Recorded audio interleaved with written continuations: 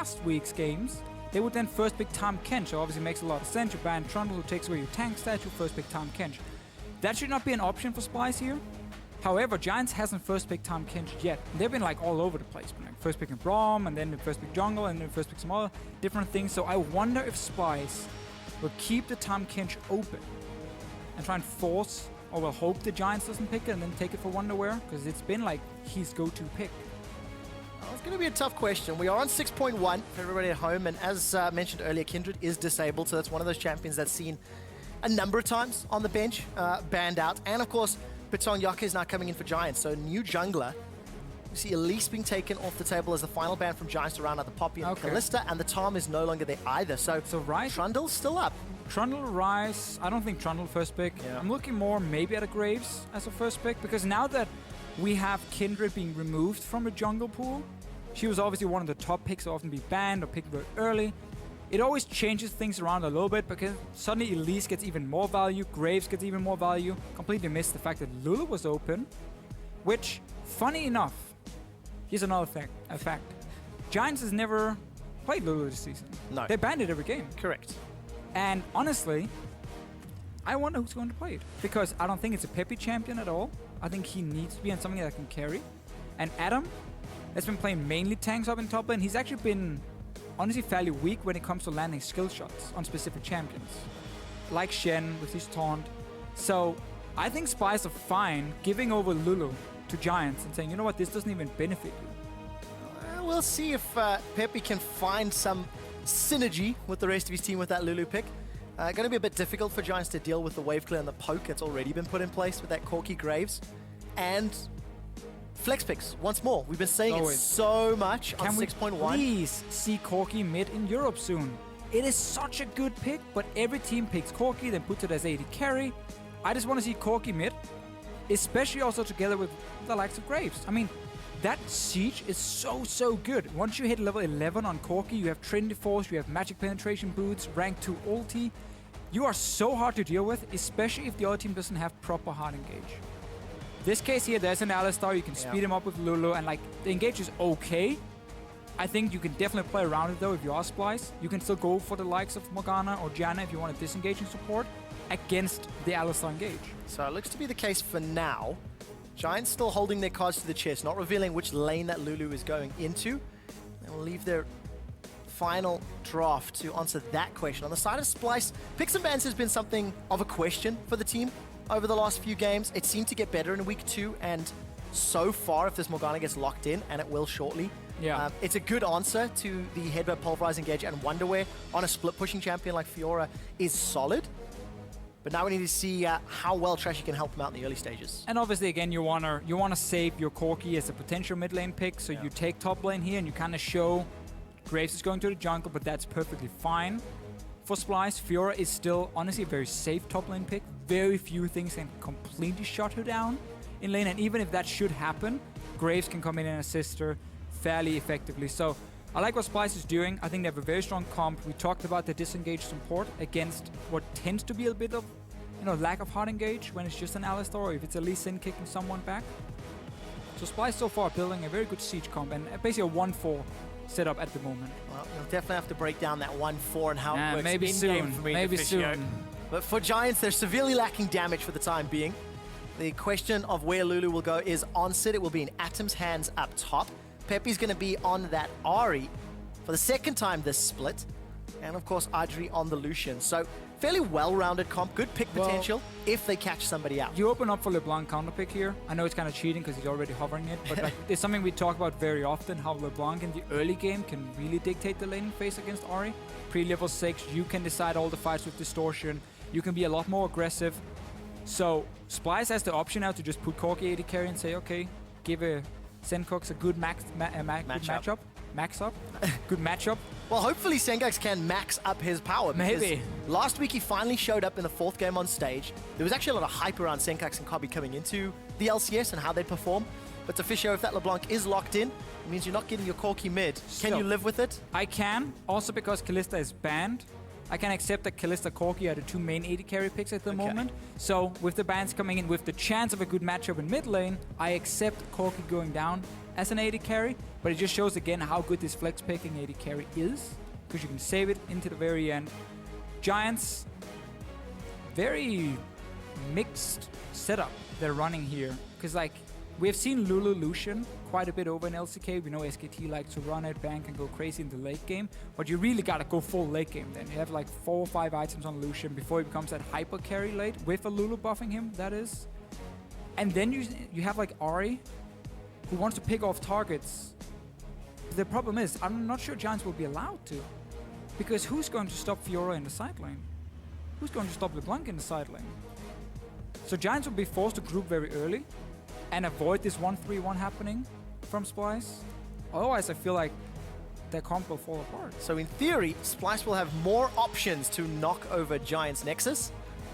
And we'll see if they can get into a position where they can split push, because, so Fisher, you've been talking about that map play so much this week.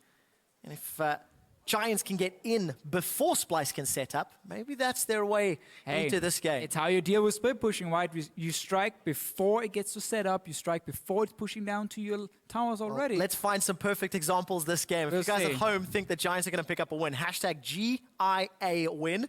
Or if you think Splyce will make it number 2 on the split, hashtag SPY win. That is the snake of Splyce in the old Danish roster. One that Deficio has got a lot of faith into, but we're loading up onto the Rift for the first game of week 3. It's a little bit too easy for me to have a lot of faith in Splyce.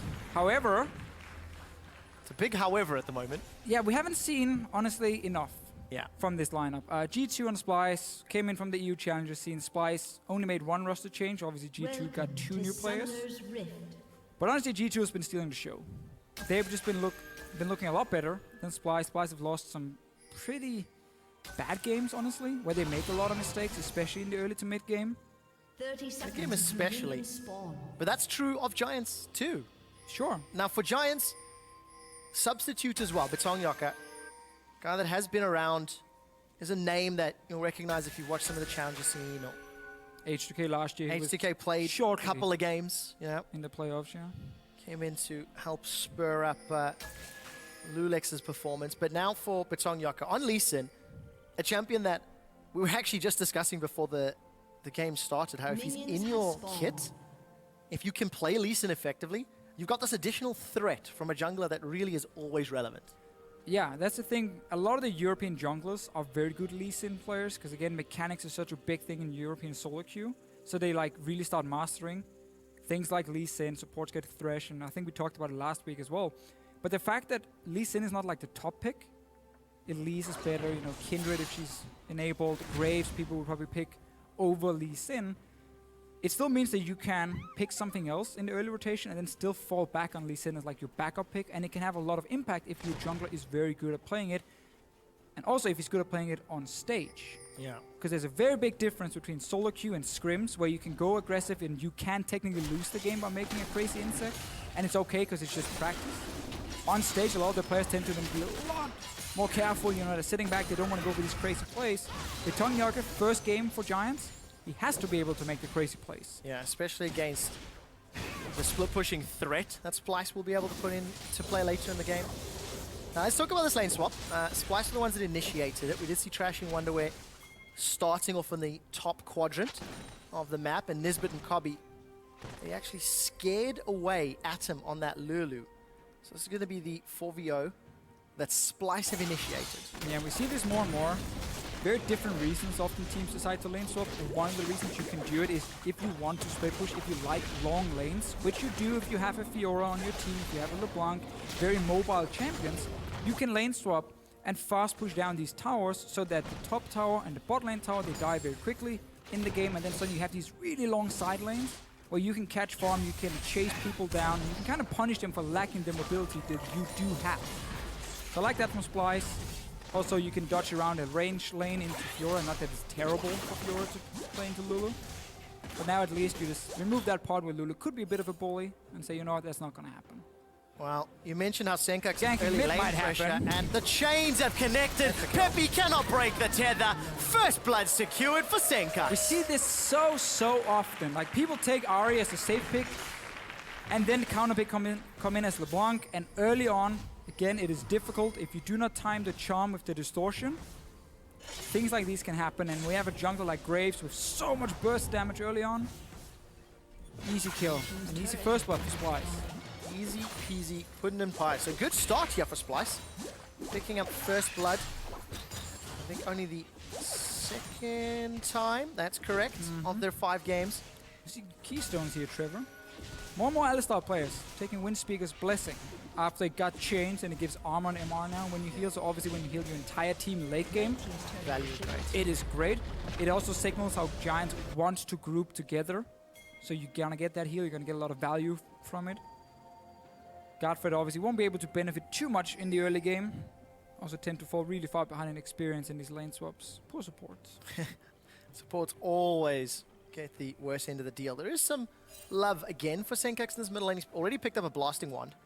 So, as if he didn't have enough tools in his kit to work with. This is just going to help at that lane. But somewhat risky invade. Trashy's alone. Well, he had Nisbet just before, and then Nisbet backs away when Trashy wants to go deeper into the jungle. So Smokescreen comes out. There's no real chase threat here. Godfred, only level 2, had not opted to go for any sort of aggressive play onto Trashy. And as it stands, Splyce are now getting closer and closer to the second tower of the game. Oh, good damage on the Peppy. Right, so Giants value getting more solo experience for Atri and Illusion over trying to deny Wonderwear on Fiora. Because otherwise you would have just swapped Godfred, Betongyok, Godfred and Adam, and of course Atri to the top side and push in that tower 3v1 and force Fiora away. But they're now basically allowing Wonderwear to get solo experience and farm because he gets a 1v1 lane where there's no experience difference because it was so early on they swapped. And this is something I really do not like. Because you know that the enemy team is going to rely on Fiora scaling up and becoming a split pusher. You're now setting your own top laner behind the person who's supposed to basically stay even with Fiora for as long as possible because you have to teleport on Lulu. Oh, wow. Adri managing to almost take him out. So, had that kill gone the way of Adri, would you have preferred the swap? No, I mean, it was still a bad swap, but it would then suddenly look better for Giants. Okay. Now that they didn't get the kill, teleport is going to be used. You see a difference in CS. Experience at the moment, Wonderwear just hit level 5, and Adam has just hit level 4. Okay, so full level ahead. So you're basically just setting Adam really far behind. And this is going to mean for Giants that this split pushing threat is just going to happen even sooner. Because if you go over to level 6 or 7 Lulu and you can't handle a level 8 or 9 Fiora, well, already there, the 1-3-1 is going to start. I'm excited to see how well Splyce can handle themselves in the split push. Because for Wonderwear, he's played champions that like to be in team fights predominantly. At the time came to Lysandra the Rise. Now he's playing Fiora, who can do well in team fights, but it's a whole different kettle of fish when you're pushing a side lane, when you're pushing the map, choosing when to teleport correctly. So Yeah. for Splyce, a different flavor from their top lane. And playing Fiora in team fights into Alistar, Lulu, it's not really going to be a whole lot of fun for you. Even Lucian is going to be fairly mobile. So definitely we're going to see Splyce rely on Wonderwear in the side lanes, and he's basically been gifted a massive advantage in the early game. This wave is going to be pushed out. Notice how trashy on your minimap. It's just going to shadow him. Just make sure, okay, I'm nearby in case anything happens. Push in the wave, recall, let it bounce back towards you, and you can just maximize your farm if you are a Splyce at this point. Giants' only play, really, is to make an aggressive move on bottom side with teleport advantage. But then again, Splyce should know this, because it's obviously very, very obvious. Okay, we have no TP, they have. Just play safe on the bottom side, don't force any fights, and this TP will matter, or will not matter at all. So luckily for Splyce, Kobby and Nisbet both got their flash. Both very capable of playing defensively, and Trashy still holding Wonderwear's hand somewhat, as this wave is going to get shoved straight into the tower. Atsum going to have quite a lot of time to farm that up, but he's down half the CS, and Splyce still over 1,000 gold ahead. And now if you are Splyce, you play this game where you say, okay, we've just been on top side of the map and we didn't see the enemy jungler. So we can basically remove that entire part of the map and say, okay, he wasn't here.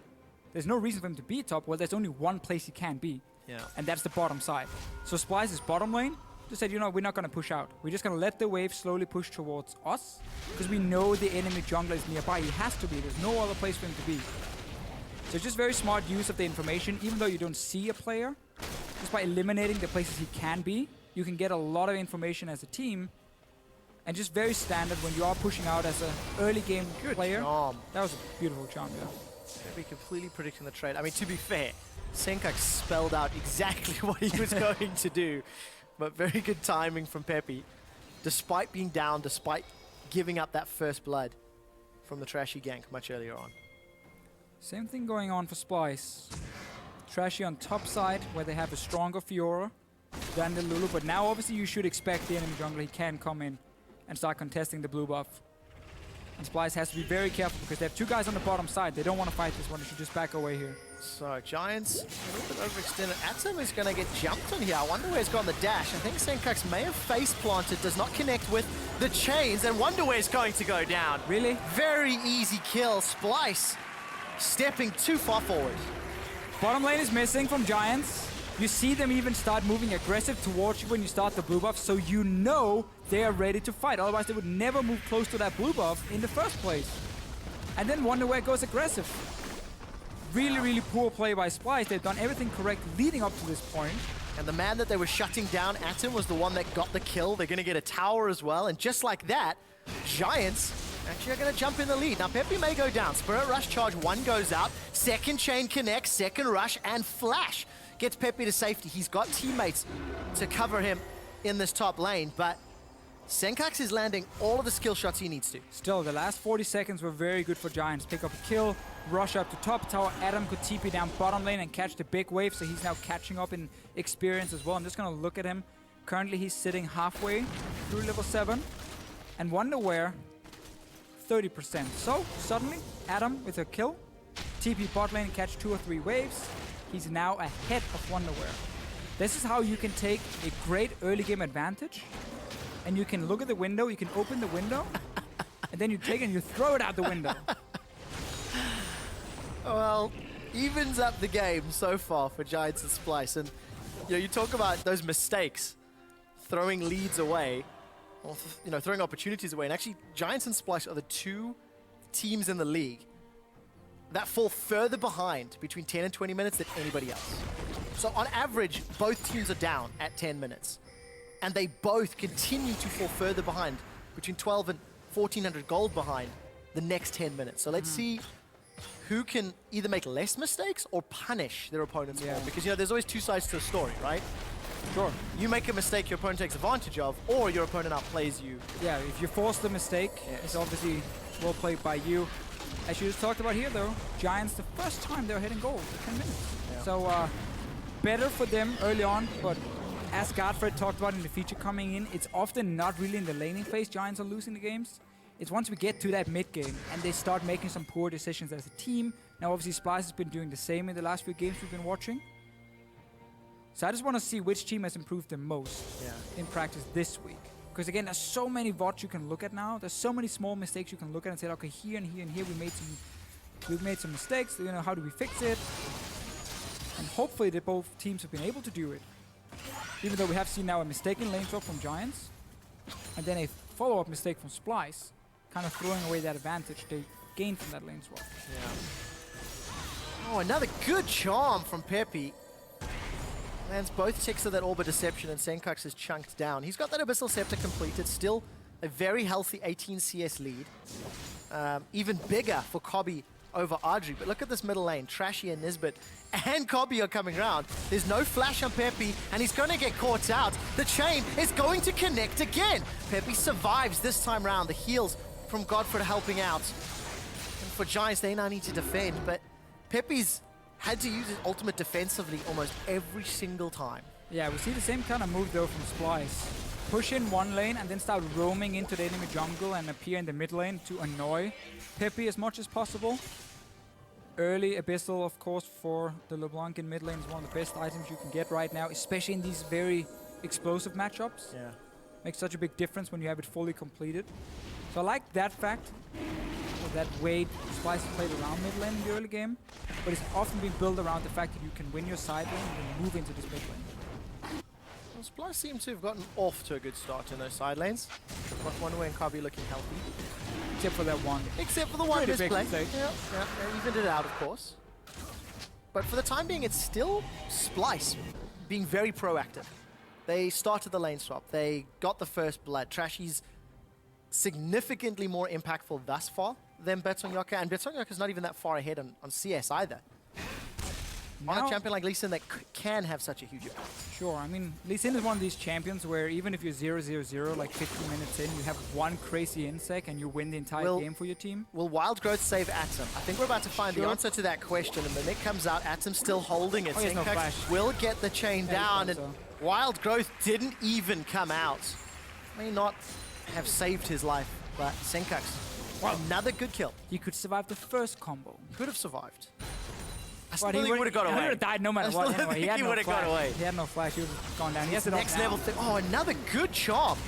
Onto Kobe. Peppy is finding the targets. So, the fact that Adam goes down here is really, really bad for Giants because it removes any possible chance for Giants to force a play on Splyce before the 1-3-1 gets set up. This is something we talked about earlier, you know, in Champ Select. You can see how LeBlanc is pushing down top side. Corki is sitting mid lane now. You want to have your jungle and support constantly roaming into the enemy jungle here. Because you're pushing at least 2 lanes, you're winning those 2 lanes. So you can always push them down to enemy tower. Force the enemy to just sit there and wave clear. Nothing else, so they cannot move first. And then you go into the jungle, you put up your wards, you buy more pink wards than Splyce has at the moment, and you start moving them. You see there are 2 pink wards in the river. Move them slowly forward into the entrance of the enemy jungle. The next step is you move them towards the enemy blue buff, enemy wolf camp, and therefore you just deny all the vision. That's going to be the next 10 minutes for Splyce, basically. Small steps every time, pushing up lanes. This is going to hurt. Sorry to fish out. Betongyoka. Done so. Wow! So, Senkax 3-0. He's controlling this top lane completely, continuing to shove it in. Now let's see if Splyce can do step 2 of the split push strategy and push those wards. It becomes a lot easier when you constantly kill someone. Oh yes. By the time you're setting up the 1-3-1, because technically right now Wonderwear wants to push his bot lane. But because they're always killing someone, it doesn't matter. Because if he didn't care to kill here, Giants could just make a play on the bottom side. Adam can just join in with teleport and let this wave push into tower. And you can be the proactive one if you are Giants and set it up. I want to see Wonderwear push it out once he can. He has Tiamat now. Get Titanic Hydra for more wave clear early on. Ignore the fact you don't get the same amount of damage. Oh, he doesn't have it yet. Poor guy. Boots first for the Swifties. Along with Trashy on that grave. Splyce still hold on to their lead. Kobe still sending the minions in one by one in this middle lane. And we're going to see these guys starting to back, spending some additional money. So Spooky Ghost available for Senkax now. So allow him to chase down even more if he's pushing those side lanes. Villa is just a weird move from the Betongyoka. Yeah. You have an enemy LeBlanc who's constantly pushing your top lane. You just walk into the front all alone, and he just walks in behind you and kills you. Like, that's a very solo queue move. Something we don't normally see. Well, Betongyoka did just come from solo queue. First game on stage this year, despite competitive experience from last year. Yeah, and what Giants wants to do now is not try to match Splyce in the side lanes. Instead, they want to play around mid lane. You want to actually have 4 members in mid and then Adam sitting and holding Fiora before Splyce gets to push down. But again, they're delaying it. They're trying to put Peppy to go even with LeBlanc at the moment. But that's not a fight he's going to win. This is a 3-0 LeBlanc. Like, she's obviously very strong at this point. Go 4-man mid once Splyce is recalling and just push up on that tower. Force them to group together, and it's a lot easier to deal with a 3-0 LeBlanc. If you just let her 1v1 you, it's going to be nearly impossible. For Giants, and take a step back and we look at this team comp, they're still slowly falling behind and still playing to Splyce's beat. But Audrey, he's farming himself quietly into a position where he can be impactful. Got that Essence Reaver app, Zeal completed. We'll expect that rapid fire cannon soon. And actually, interestingly, on Giants, he's got the highest damage percentage on the team. Primarily because Atom and Peppy have not had the greatest of games over weeks 1 and 2. And that is interesting for Audrey, who's a guy who took a lot of criticism last year. I will return to that in a second as Atom's the next target. Wild Growth available. He manages to channel it this time. The Ignite is ticking flash for flash. Senkax gets the kill. Passive procced under the tower, but that's the 4th kill of the game. It is so key that if you do flash anything against LeBlanc early to mid game, it is the distortion. That is such a big part of the damage. early on. You obviously can't really dodge around the Q at all. Oh! Splyce again now, they keep getting a kill. And instantly you see the team start moving into the enemy jungle. Like, okay, we get a kill bot side. Nobody's there to defend. Move into enemy jungle on that side. Put in a few wards, then back away. But look how clever this is from Giants. They pushed Splyce's This is 3-man what we team want away there. from the Push river. the mid lane. And this allows Giants 4-man stack mid to push the tower. Pepe's waiting in the wings. Charm will get lunged away from by Wonderway, and the tower is secured. So, clever positioning from Giants, and they actually turn it back around on Splyce, but it's still not enough to even out the goal. The way you play against split push is that you control mid lane. If you're stronger in the mid lane and you can push it up to the enemy tower, you force the split push to back away from side lanes and run in towards the mid lane and join into a team fight to defend. So Splyce were a little bit too greedy. Moving forward, they took a lot of damage getting into the enemy jungle, allowing Giants to just push up, and Pepe left the top side. He walked into mid as well, forcing Splyce back, and suddenly you gain something. You need to control mid lane because you also stop the enemy then from warding your jungle. Well, Giants seem to have realized that. They pushed Splyce again, all the way back out of their own jungle. Ooh, big chunk onto Pepe as the rest of Giants now group up towards this bottom lane. It looks like Atom is shoving at least a minion wave forward, but the vision game to Fisher that you wanted to see out of Splyce has actually been started by Giants. They've grouped up and they've forced Splyce's hand. Look at the wards in the jungle here from Splyce, placed by Giants. It's super weird to say, but it's almost hurting Splyce that they have such a fed mid laner who can just pick up these easy kills, because Wonderware never gets to do anything in his side lane. He's sitting so far back, Senkox will pick up a kill, and Wonderware is like, oh, okay, should I start pushing now? And it's like way too late. And Giants are saying, okay, finally realizing, if we just go 4-man mid and push it up mid lane, obviously they can't defend because there's no TP on the LeBlanc, so she's stuck in the side lane. Wonderware is pushed down to his tower, so Adam is sitting there with him. And then suddenly you can gain something. I just want to see Splyce, you know, chill out a little bit. Have every single lane pushing at the same time. Hold hands. You know, move forward holding hands. And you just push Giants further and further down towards their own base. Somewhat seeing that. Senkuk says he'll hold Wonderware's hand. Because now he should be sitting top lane against the Ahri, so he can push in that wave. Because otherwise you can see Giants can just walk down now to the tier 2 tower and clear it out. Yeah. And Splyce's like, oh, okay. I guess this is your farm. It's not my farm anymore. And then you just step away. And it slows down the game for Splyce, which is not what they're looking for at this point. Well, time is something that you said Giants were looking for. If Lulu, Lucian can get themselves in the mid to late game, get themselves 2-3 items, the Lulu empowered Lucian, the autos and the speed can be terrifying. Pepe wants to throw out a taste of the medicine he's been feeling. There's some support coming from Batong-Yaka. Wonderway does have Flash available. Charm hasn't been fired. Flash already used. And Pepe actually held on to that for quite a long time. Summer spell down. Still need to see Splyce swap the lanes. LeBlanc want to be top. You want to have TP versus TP. Because Ahri does have pressure on Fiora. The other way around, LeBlanc can just kill the Ahri every time. They are moving down bot lane here though from Splyce, so they will get some damage on tower. Won't be able to take it down though. Dark Binding finds Godfred, as does End of the Line. And they got about, what, 40-50% of the tower's hit points? Splyce is going to be happy with the damage, and maybe they'll push up middle. Pepe should be there in time to clear that wave out. And Splyce have actually put together 4 of those fast sight trinkets. And Trashy, he's been caught by a Pepinero charm, ex-Pepe rather. Spooky, chilly, frozen ghosts come out. Defensive flash from Trashy, and the culling will fly across, chunking him up but no kill. The rest of Splyce are continuing to push. Senkuk's down bottom, Wonderway up top. We could be for a tower trade scenario. Yeah, so now Giants again are trying to say, we just have to push in mid lane. The problem is, Splyce had time to set up side lane, so Wonderway is finally able to push his lane. He's gonna get tower damage there. Splyce also gets a bot tower. So it's 1 for 1. Cobby's gonna Valk away. Flashback from Nisbet. Giants, they've not stopped yet. Spirit Rush into the chomp. Cobby gets caught. He's killed. Giants have found themselves another window of opportunity. But Batong-Yaka goes forward as Audrey as going to help out for the additional kill. Oh! Triple into quadra kill for Senkux. That took him about 1.5 seconds to kill 4 people.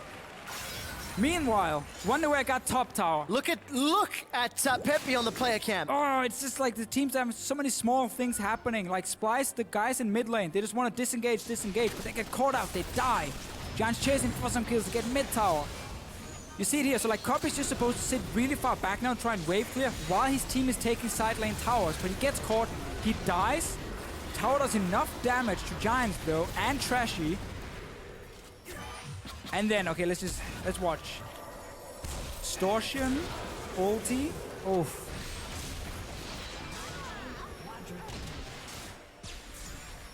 Every LeBlanc player's dream, right there.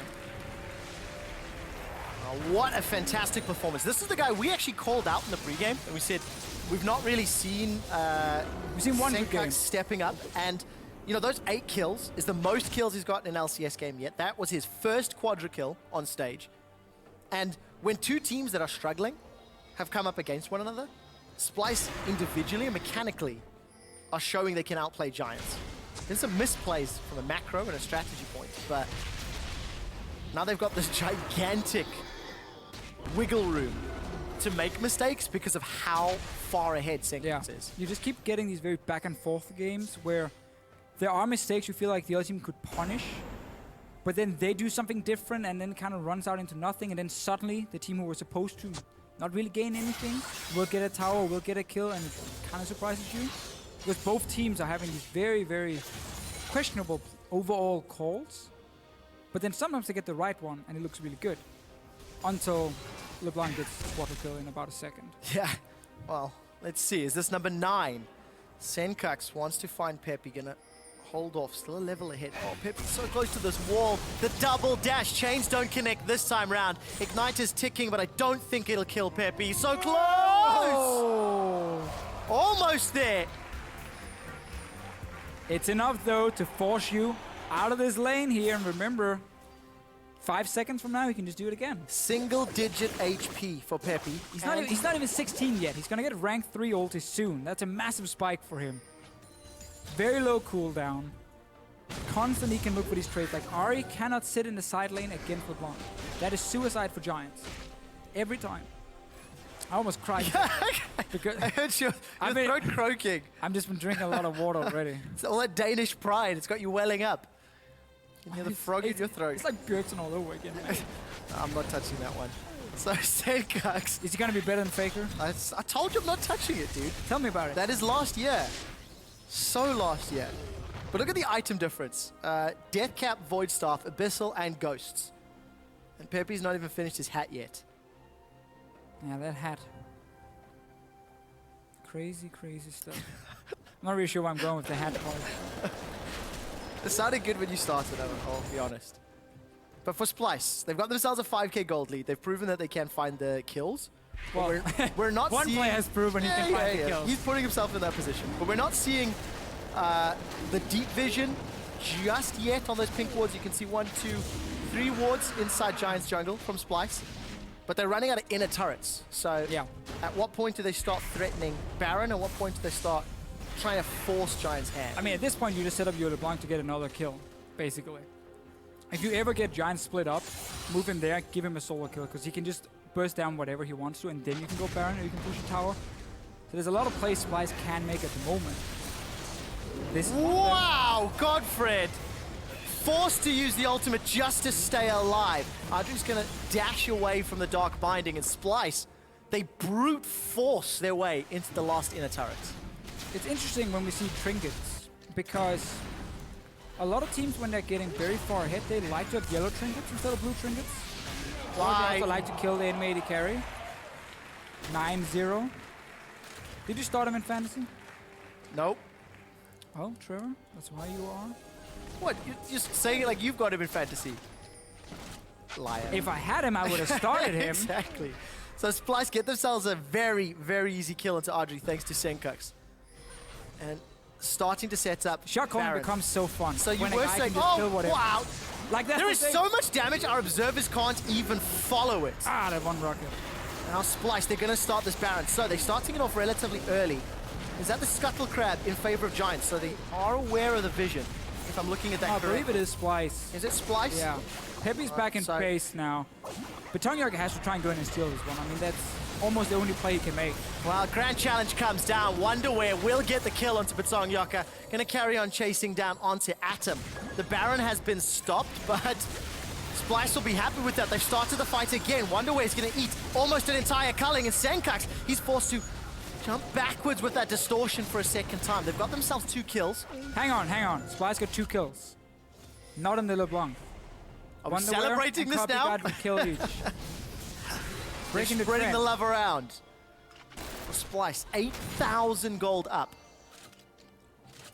But they were thwarted on their Baron plans. So rinse and repeat, go back to pushing these lanes, and we'll see another dance around this Baron. Yeah, and this is actually where I like, again, the yellow trinkets, just to go back to that point like 3-4 minutes ago before they started to kill everyone. When you are ahead, having the yellow trinkets really makes it a lot easier to set up plays like Baron with the D boards coming in. Because obviously, again, the enemy team can just one-shot them and clear them and walk further in. But also, I mean, you never really go wrong by having blue trinkets. It's just such a strong item. Is it an item, blue trinket? I guess it is. Like, are you nodding at me? You're not saying anything. It's just a trinket. Is a trinket an item? No, a trinket is its own thing. It's like its own classification. Interesting. Well, you have abilities, you have trinkets, you have Really? items. They have their own system. Yeah. It's an item. So, with Baron picked up on Splyce, it's an item. Disregard everything we've just said. They can now push this super Baron empowered minions rather into the base even easier. There is some wave clear here from Giants on the side of that Lulu and the Lucian, but it's going to be very difficult to clear these out, especially with that banner of command, Baron empowered Giant tank. There's no support here from the Giant side. Pepe's been caught by a Dark Binding. Teleport is available for Wonderway if he needs to use it, and Kabi uses his package defensively to get away. But Tongyaka is going to be the target. Senkax gets booted away. Not going to find any other teammates to knock out like bowling pins. And the inhibitor's going to fall again. Giants are trying to find an opportunity, trying to find a way in, and it is simply not working. It's just impossible at this point, Trevor. You're falling so far behind. Splyce can do whatever they want. Because every time you move close to this team, there's a risk of you just dying instantly, literally in a matter of seconds. And that's exactly what Senkax wants to do to Atom. The chain will find its target, but Tongyaka will not find a very good kickback because he didn't have it available. I need to look at that first before seeing him dash in. All 5 members of Splyce continuing to siege up onto the second inhibitor. It will drop shortly. Senkax, he dashes 90 degrees to the right and finds Audrey. One of the damage dealers from Giants is down for 45 seconds. And Splyce, they set their sights on the Nexus turret, decide maybe a little too risky. They all dash through the gate, and here comes Senkax again. Atom will get rooted, and Senkax will use that distortion out. But Tongyaka follows forward before being burst down. It's a kill credit over to Kabi. Flashes over the wall. Splyce, they see a dead Nexus in their sights, and they're chasing Giants away. Wonderwear is looking for the grand challenge, and he will find it. Picks up a kill onto Atom. The ace from Splyce. They destroy the turrets, and they finish off the base.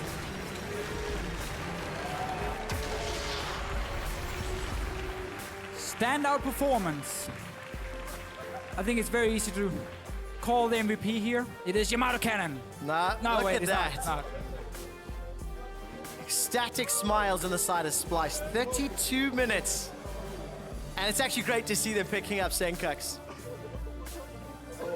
Enabled by that first gank from Trashy. Yes. Enabled on that first blood, and then he just ran away with this game. Starts in a pick and ban phase. He gets a good matchup early on for himself. Graves jungle to assist him, so that's a great start. And then we talked so much about it in the game itself, how Giants are not looking to try and match Splyce 1v1 in side lanes. What happens? Multiple times Adam or Pepe runs into that side lane, gets blown up by the LeBlanc. He gets so many early kills, and obviously goes completely crazy when he gets the quadra kill. Yeah. But even leading up to that point, he got so fed from that, where Giants were